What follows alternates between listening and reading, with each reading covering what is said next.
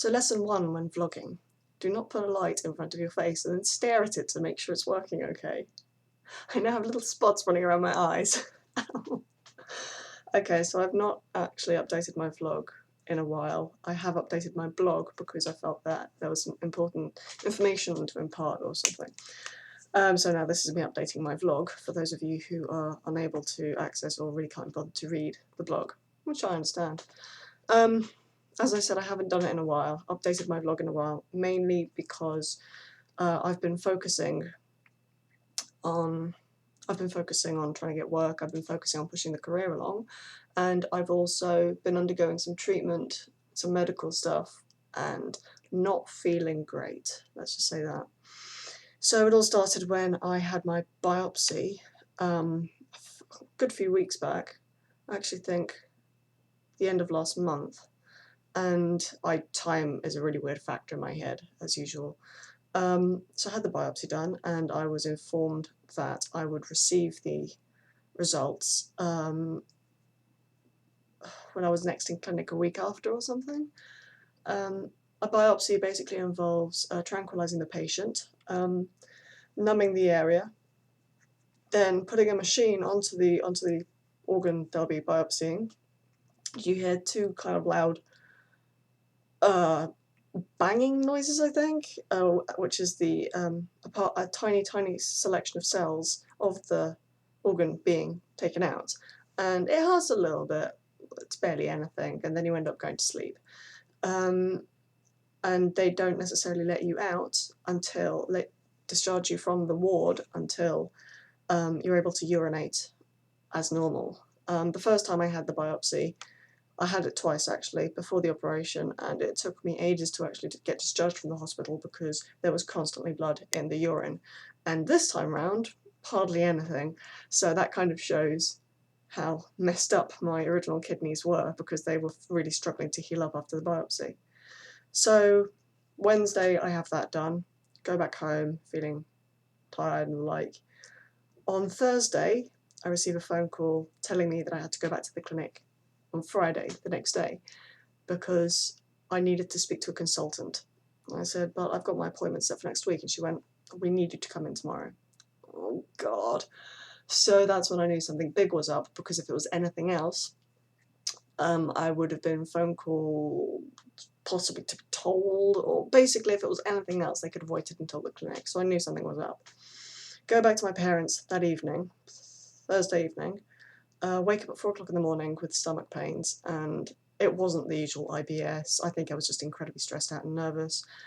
So yeah, then get up as normal, go to the clinic, see the consultant, who quickly reads up on my report, quickly reads up on the biopsy information, and then informs me that I have BK neuropathy. BK neuropathy comes from the BK virus. The BK virus is a virus which lies dormant in pretty much everyone. You could go your entire life without it waking up, without even knowing you've got it. And it's more likely to strike people on immunosuppressants because the immune system, which keeps it down, is then lowered, so it comes out to play. Hi! So yeah, basically my immune system had kept it at bay, and then once my immune system was down, because of the immunosuppressants, it came out, looked around, realised there was nothing there, and started going for it. BK neuropathy has no symptoms until it starts to attack. Unfortunately, it tends to concentrate on the kidney.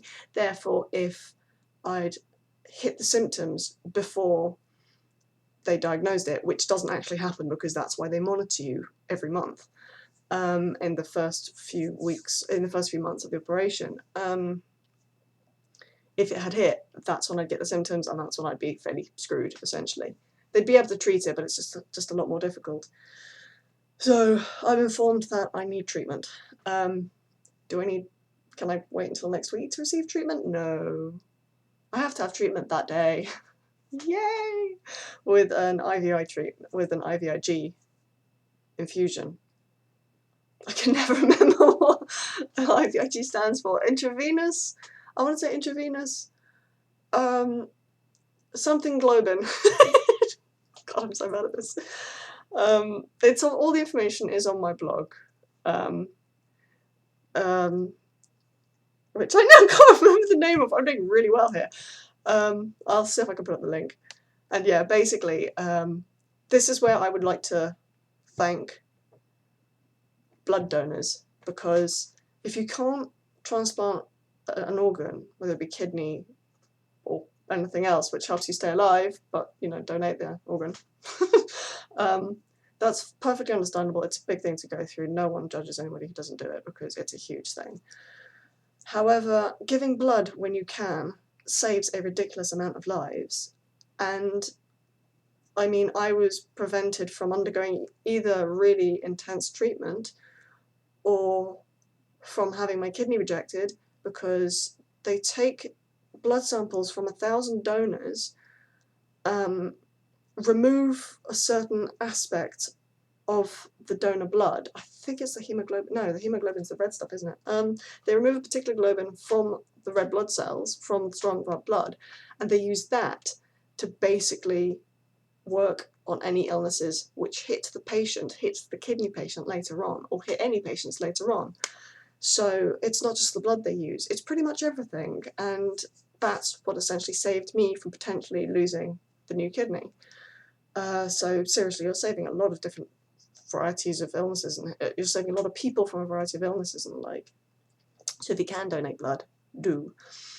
So I'm plugged up with a cannula, I'm plugged up with the actual cable thing, and the drip is put on 15 millilitres every half an hour to start with. They do it very, very slowly if you've never had the process done before, to make sure the body doesn't react in a bad way.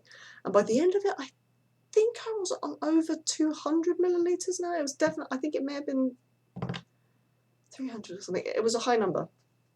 So I'm there for until about 6 o'clock. I think I settled down to have it at about 12. So I'm there for hours. So go home and go to sleep, wake up feeling pretty achy, pretty heinous, but so I can just hear the jokes being said in my head now after I said heinous. Anyway, so I'm feeling pretty awful. I feel feverish, I feel achy, I've got a headache, but it's not too bad. I just know, this is clearly my immune system going, hi, I'm awake, there's a thing attacking you, and yeah, just protecting me basically. Go downstairs to the living room, my other half makes me bagels and bacon, manage to get through half of that, and the headache gets worse and worse, and I feel like poop. And that's when I realised I knew there was something really wrong when I couldn't finish the bacon. I'm not kidding there. I knew that was just not right. So Tom helps me go upstairs because I'm struggling to go by myself. And by about 11, I think it is, I had a full-on migraine. Everything ached. I couldn't keep still. My body was just exuding heat from everywhere. I mean, I can be quite a warm person, but it was literally a furnace, and he would put a flannel on my head or even a migraine gel, and that would warm up within the space of about 15 minutes to half an hour. And he put all the fans on, he put all the windows open. This was one of the warmer days in the week. And yeah, he called the doctor, and the doctor basically said, as long as my temperature didn't rise, it should be fine. If it hits 38, then I'd have to go to hospital. He kept me between 37.5 and 36. Kudos. Which I was so relieved about, because I was in so much pain that the thought of just walking down the stairs to get in the car to go to the hospital, I physically couldn't do that. It would have killed me. So that was fun. Unfortunately, every time I tried to have a nap, because I was exhausted, because I stopped focusing on controlling the headache and how it got me and everything, when I fell asleep, my defences fell, so then I'd wake up with an even worse headache. I woke up literally every half hour, and when I woke up the next day, I was in a really bad state again, because I was dehydrated from not being able to drink water, because I'd throw it straight back up again. I couldn't eat, so the next day I had my low-release sodium pills, which helped me replenish what I'd lost, and I kept drinking like squashes and the like to replenish my sugar levels. Oh, that's not fun. So for the second treatment, this is some information for all of you out there who might be possibly going through the same thing. Before the treatment, drink as much water as you can, preferably at least 3 litres. Before the treatment, keep drinking. During the treatment, keep drinking. Water, water, water. Keep yourself hydrated. On top of that, I can't take ibuprofen because of my kidneys, because it's a blood thinner.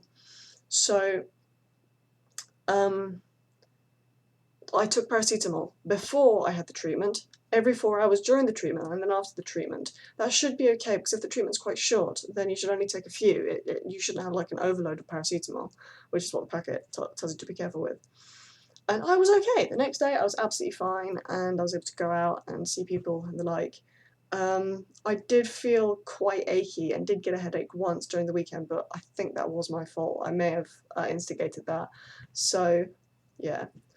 Unfortunately now, because my immune system has been up and down, up and down, up and down, changing because of the medication and the treatment and the like, the doctor informs me that it's very possible I am now fighting something. The doctor literally, my next clinic visit, this is the guy I saw originally, who's great. I was moving some things around, and he looked at me and he said, "You've still got tremors, haven't you?" Yeah, I've had them pretty much since after the operation. And he informs me that it's possible that because everyone has different metabolic rates, my immunosuppressants might be causing that. So in 2 to 3 weeks' time, I am going to be undergoing an 8-hour monitoring thing. If I go in, I have my bloods taken, I take the immunosuppressants, and then they monitor me every hour to see how my body is digesting the immunosuppressants. And then from there, it's possible to have my medication changed. Bit of a hassle, but it's got to be done. And if it makes me feel better, I have no problem with that, because I'm now constantly tired. I can do things. I am proactive. I've gone out to the shops. I can sit here and I can do this. I can do a little bit of gardening and the like, but I feel very tired. And to be fair, that could also be because I'm not sleeping great. I woke up at 2 utterly randomly this morning. Couldn't go back to sleep. Finally dropped off, and then woke up at 7. I thought, no, I'm going to get up and do things now. Even though I felt really tired, but I couldn't stay in bed. I was too fidgety, so that was fun. So yeah, that's generally going on the likes. I have, however, discovered something pretty nifty. I can't take anti-inflammatories because it tends to be a blood thinner and the like, and it's a medical thing, and it can mess me up. Sunflower seeds apparently are really good. Sunflower seeds contain vitamin E, which actually helps in the process of reducing inflammations. I asked my doctor if it seemed fine, and he went, "I don't see why not. If they're working for you, then yeah." Because I tend to put them in my smoothies, which helps me take like 5 portions of fruit every day. I just go, done! And that helps me get the vitamins I need to help me recover and the like. And so I've been putting sunflower seeds in them, and I hadn't had the smoothie in a while because I didn't have the energy, I was too tired. Very, very slight headache this day, so I was like, I'm going to take a smoothie, see if I can give myself a health boost.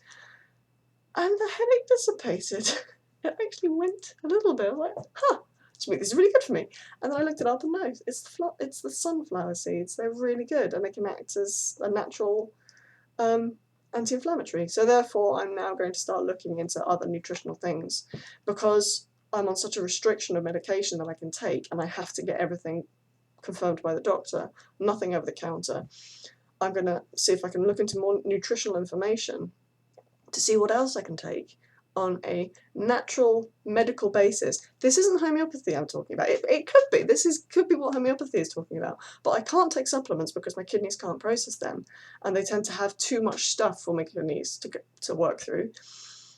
But why not just eat seeds and nuts and stuff like that, which are really good for you, and see if I can use their beneficial properties, because they don't have anything extra added, and I know for a fact it's 100% organic. I'm not doing this to be a health freak or anything. I'm doing this because this stuff seems to work, so why not? And if it's a placebo, I don't care, because it helps me feel better. So awesome, give me all the placebos that nature can throw at me, because it helps. Otherwise, yeah, that's pretty much everything. I've got a couple more things coming up in the future. Hopefully I can keep gentle work going. But yeah, that's pretty much me. All good.